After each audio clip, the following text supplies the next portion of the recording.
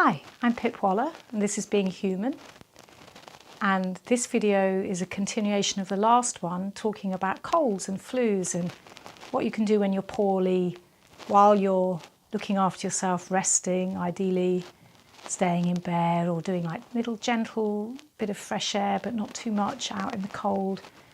Lots and lots of sleep and lots of fluids.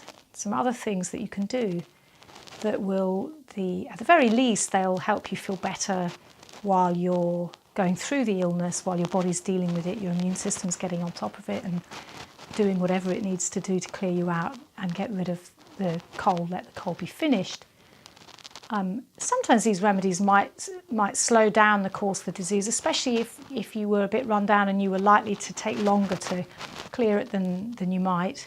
But the other thing that they can do is also prevent you from reaching for the drugs, reaching for the aspirin, the paracetamol, and those drugs that actually, they're hard on the liver and they take more of a toll on the body than the natural remedies. So it's really good to keep those kind of medications for absolute life-saving necessity rather than like an everyday or routine thing. So the first thing to think about for anybody is vitamin C. Vitamin C, really, really large, high, good, regular doses of vitamin C really helps your immune system. So lots of nice things that I'm going to talk mostly about in this, things that you can easily get, like locally, or that you might even already have at home. So lemons, if you can get hold of lemons, obviously plenty of freshly squeezed lemon with hot water, maybe with honey. Honey itself's got some antibiotic properties, and of course it tastes nice and it's soothing in case you've got a sore throat.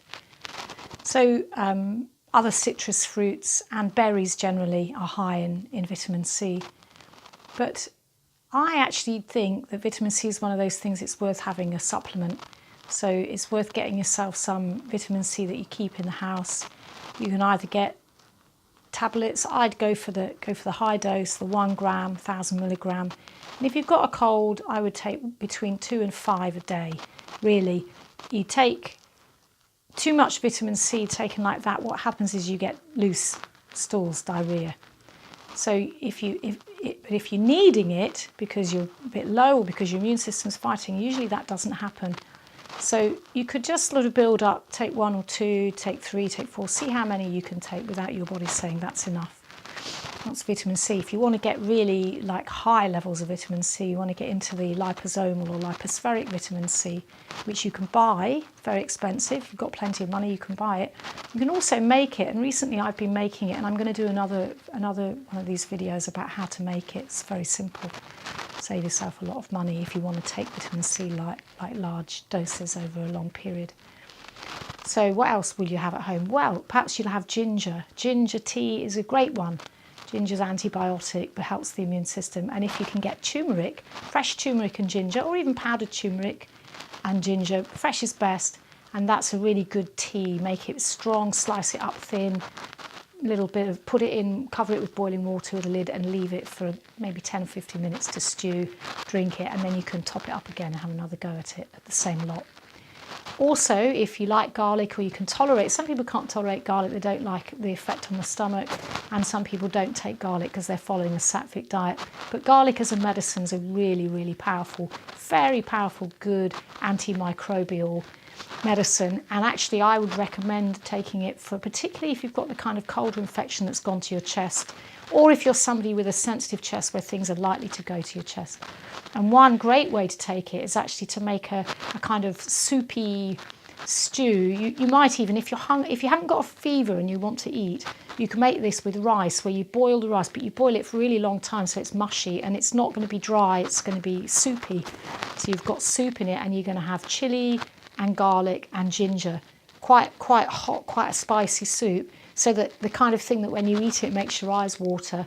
That's a really, really good, healthful thing to drive a cold out. If you've got a fever, it's better not to eat. But if you've got a cold, that's a really great one to drive it out. What else might you have at home? You might have thyme. Thyme is a really absolutely great antibacterial herb and nice for the upper respiratory and for the lungs. So you might have that in the cupboard. If you've got some dry thyme, get it out, have a good teaspoon of thyme, cover it with boiling water, leave it to infuse for maybe 5 minutes or so, strain and drink. It's going to be pretty strong. You might want to flavour it with honey, and maybe with lemon and honey. That's a really nice one as well. So those are some things you might have at home. The other thing that's good to actually just to have handy, and that's quite easy to get, most chemists do it, is something like albus oil, some kind of essential oil that contains eucalyptus, because that's one that can really help the airways and the breathing, and also has got some antiviral activities. Quite essential oils like that, you get them in a little bottle, you keep them in the cupboard. You just get them out when you need them. You can put them in a burner, or you can just put a few drops on a hanky and smell it, or you can put a few drops in a bowl of warm water just near the radiator and it'll evaporate out and fill your room, or a few drops on your pillow. And the other thing that you can do, a nice old remedy for a cold, which is quite fun, is you slice an onion and stick the onion to the bottom of your foot, the sole of your foot, and put your socks on, and that's when you go to bed. You have it overnight. It's quite good. You can easily do that with kids as well, or with little ones. You might need to wait till they're asleep and be quite subtle with it. So they're just a few easy home remedies. There's more complicated things that herbalists might use. I mean, the couple that you'd have to really make sure you got in. My favourite ones are the elderberry syrup, elderberries, so things made out of elderberries, really good antiviral. And then I like elecampane, which is Inula helenium, that's the Latin name, elecampane, and it's the root of that that's used. It's absolutely brilliant lung medicine, really strong protection. So especially if you are the sort of person that's likely to get, things go to your chest and maybe you're a bit vulnerable, you really need to look after that. So you want to, actually, if you're really vulnerable to getting bad chest infections, go see a herbalist or a healer of some kind. Thanks for listening, and get well soon.